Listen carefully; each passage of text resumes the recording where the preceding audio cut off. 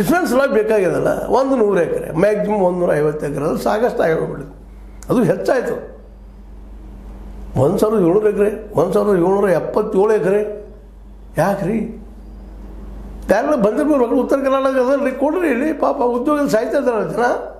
ಫಲವತ್ತಾದ ಭೂಮಿ ಅಂತ ಈಗ ಹೇಳ್ತಾ ಇದ್ದಾರೆ. ರೈತರು ಸ್ಟ್ರೈಕ್ ಮಾಡ್ತಾರೆ ಸಾವಿರಾರು ದಿನದಿಂದ.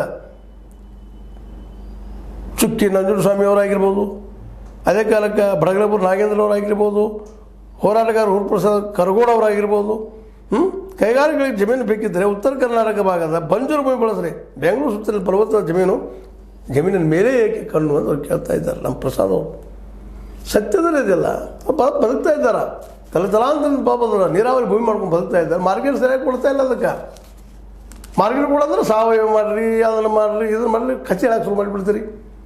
ಗೊಬ್ಬರ ನೋಡಿ ಸಿಕ್ಕಾಪಟ್ಟೆ ತುಟ್ಟಿ ಅದು ಬಿಡಬೇಕಾದ್ರೆ ಸಾವಯವ ಮಾಡಬೇಕು, ಸಗಣಿ ಗೊಬ್ಬರ ಮಾಡಿಸ್ಬೇಕು. ಆಗಿ ಕಸಿ ನಮ್ಮ ರೈತರು ಗೊತ್ತಿಲ್ಲ ಇವೆಲ್ಲ ಸಾವಯವ ಕೃಷಿ ಬಗ್ಗೆ. ಅದು ನೀರು ಕೊಟ್ಟುಬಿಟ್ಟು ಅವ್ರು ಮಾಡ್ತಾರೆ. ಅವರು ಕಲ್ಲಲ್ಲಿ ಬೆಳೀತಾರೆ, ಕಲ್ಲಾಗ ನೆನಪಿಟ್ಟು ಬಿಡ್ರಿ. ಅದನ್ನು ಅಷ್ಟು ಜಾಣರಿರ್ತಾರೆ ನಮ್ಮ ರೈತರು. ಆದರೆ ಮಾರ್ಕೆಟ್ ಇಲ್ಲ ಅವ್ರಿಗೆ.